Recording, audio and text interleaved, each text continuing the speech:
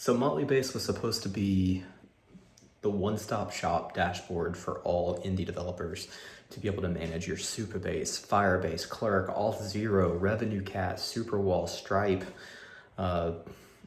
PostHog, and Sentry.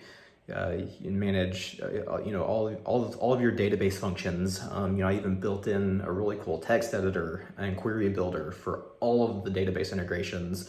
Even for Railway, because Railway has they have S3 bucket storage. They have they don't do authentication, but they have database solutions like with Postgres and Redis and Mongo, and so I built all this integration in, saying this is where developers are going to go to manage all their stuff. Now, like whenever you first create your project, obviously you have to go to those platforms and you have to set it up for the first time. But once you set it up and you integrate it with MotleyBase, your software is in production.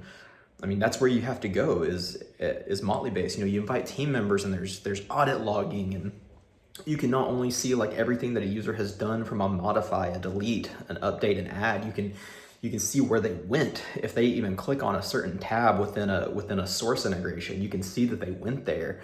You can give role-based access. It was going to be so great. So I thought, but I'm marketed to the wrong people. You see, the thing about developers, especially in the age of LLMs, is that we build our own solutions. That's where MotleyBase came from. I built my own solution because of a need that me and my co-founder had for some software we were building. And so I was like, this is going to be really useful to other developers, which it would be. However, developers aren't going to go pay for something like this. They're going to make it themselves within like the isolated arena that they need. Who's really going to use this are going to be support teams and technical analysts and database administrators, from teams that are a little bit larger. And so I marketed to the wrong people. I priced it wrong. It should have either gone open source, with seat licensing as kind of like the paid features, being able to add a certain amount of team members. So that's what I'm going to do. I'm going to keep building it for myself. I'm going to keep it out there. I'm going to get it to version 1.0.1, probably launch it on Product Hunt.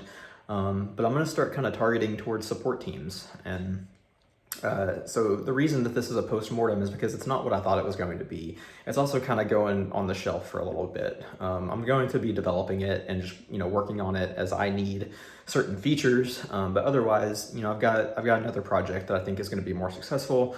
I think it's going to have more legs than MotleyBase had. So this isn't the end of MotleyBase, but it is kind of like the end of what I thought it was going to be. But with that, that's part of it. We live and we learn. The best thing you can do is acknowledge that something's not working and do something about it. So again, this was kind of like the too long didn't read version of an article that I wrote on AlgoSyncverse. That was an awesome social media platform. No sponsorship here or anything. Not that I have a lot of followers anyways, but a really, really great community of developers like you and me. So definitely highly recommend going to AlgoSyncverse. Link will be in the description. And this has been Ben. This was MotleyBase, and I'll see you around.